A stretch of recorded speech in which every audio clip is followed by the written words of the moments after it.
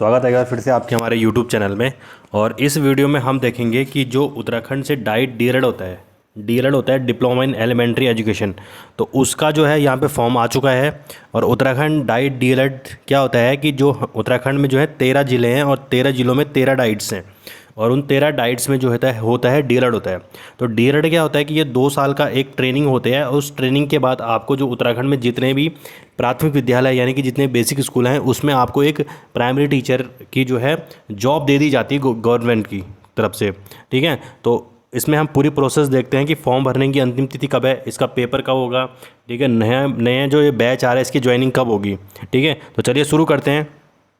तो देखिए यहाँ पे जो ऑनलाइन जो फॉर्म है वो ऑनलाइन जो फॉर्म शुरू हो रहा है वो 6 अप्रैल 2022 से शुरू होगा और फॉर्म भरने की जो अंतिम तिथि होगी वो 26 अप्रैल 2022 होगी। ठीक है, और यहाँ पे जो इसका पेपर होना है वो होना है 27 मई को, 27 मई 2022 को इसका जो है पेपर हो जाएगा। ठीक है, इसके अलावा इसमें और देखते हैं और आगे देखते हैं।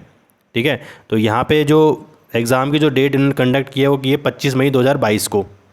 अब हम इसमें जो है देख लेते हैं कि आप फॉर्म कहाँ से भरेंगे। तो आपको क्या करना है, सिंपल सा www.ukdled.com पर जाना है और उसमें आप क्या भर सकते हैं, अपना फॉर्म भर सकते हैं। ठीक है, जो यहाँ पे जो इसकी प्रोसेस है वो स्टार्ट हो चुकी है।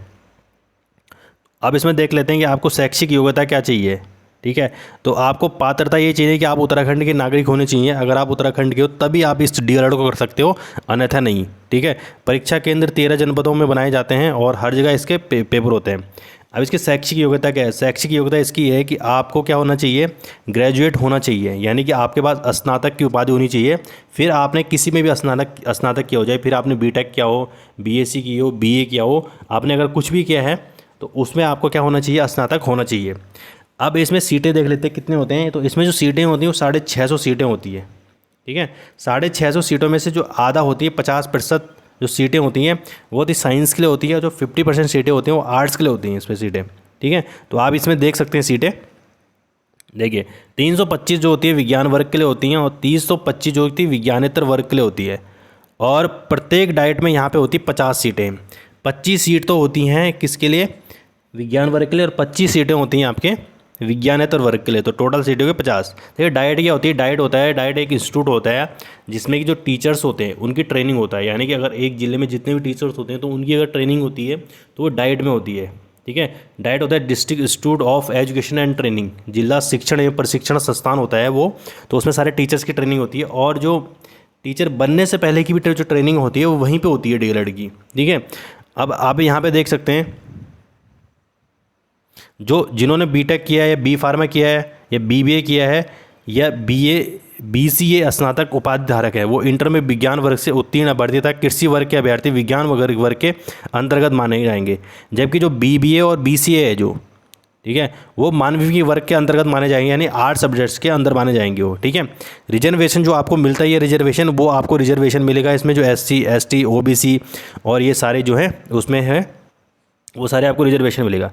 इसमें एज देख लेते हैं। तो इसमें आपकी न्यूनतम एज जो होनी चाहिए वो होनी चाहिए 19 साल और आपकी जो अधिकतम आयु होनी चाहिए वो 30 साल होनी चाहिए। जबकि जो एज जैसे एससी एसटी को हमारे यहाँ छूट जो प्रदान होती है तो उसके आधार पर वो छूट प्रदान इनको रहेगी। ठीक है, अगर आपका चयन जो है इसमें हो जाता है तो चयन के बाद आपको 1 साल की फ़ीस जो डीएलएड की होती है 35,500 रुपये होती है।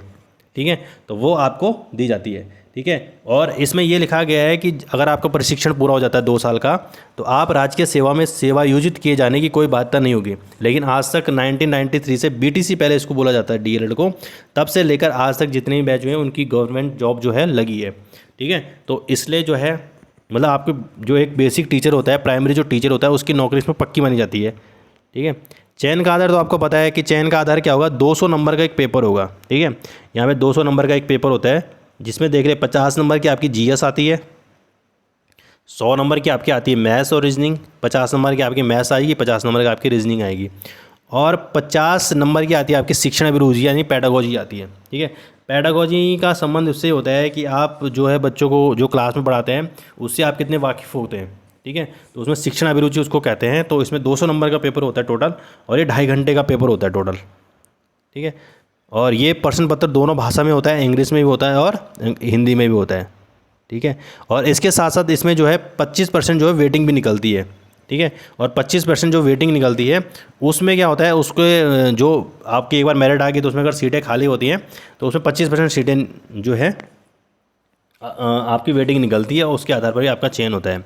दूसरा जो है इसमें जो है सबसे पहले अगर आपको जब आपकी ज्वाइनिंग होती है किसी प्रशिक्षण के लिए, ट्रेनिंग के लिए, तो उसमें पहले आप वरीयता आपको अपनी गृह जनपद की दी जाती है। उसके बाद अपना आप दूसरा, अगर सपोज किसी जनपद में सीटें नहीं हैं आपके जनपद में, तो आप किसी दूसरे जनपद में फिर अप्लाई कर सकते हैं या फिर तीसरे जनपद में, यानी आपको वरीयता क्रम भरना पड़ता है। जैसे किसी का पहले देहरादून भर रखा है गृह जनपद, फिर हरिद्वार, फिर ऐसे टिहरी, तो आप कहीं से भी जो है डीएलएड कर सकते हैं, ठीक है। इसमें 4 सेमेस्टर होते हैं और 4 सेमेस्टर होते हैं, 2 साल के होते हैं, यानी कि 6 महीने का 1 सेमेस्टर हो गया।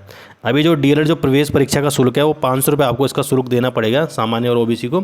एससी और एसटी को 250 रुपये यहाँ पे शुल्क दिया गया है, ठीक है। बाकी इसमें कुछ है नहीं। तो प्रत्येक ज़िले में जो 50 सीटें हैं तो 50 सीटों को ही आपको जो है आवंटित किया जाएगा, ठीक है। अगर आपका इससे संबंधित कोई प्रश्न है तो आप कमेंट सेक्शन में हमसे पूछ सकते हैं, ठीक है। तो चलिए, धन्यवाद, थैंक यू।